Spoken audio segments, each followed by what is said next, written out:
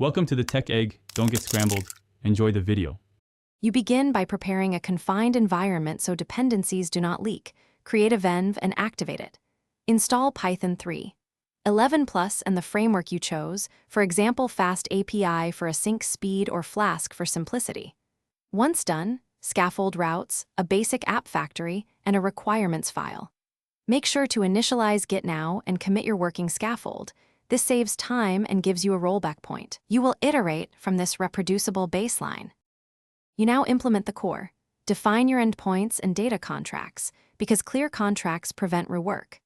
Connect an ORM like SQL Alchemy and create migrations with Alembic so schema changes are versioned.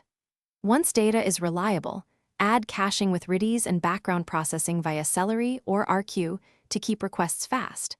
Make sure to add authentication using JWT or OAuth2 and centralize config. Then write tests that exercise main flows. You finalize by containerizing the app and wiring up continuous integration so builds are repeatable. Push images to a registry and deploy with health checks. Once live, add structured logging, metrics, and alerts so you know when performance slips.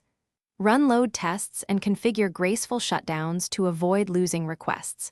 If something breaks, check the app logs and trace the request path. Correlate request ID across services to isolate the failing component quickly, then roll back if needed. Thanks for watching. Consider subscribing if I helped unscramble your problems.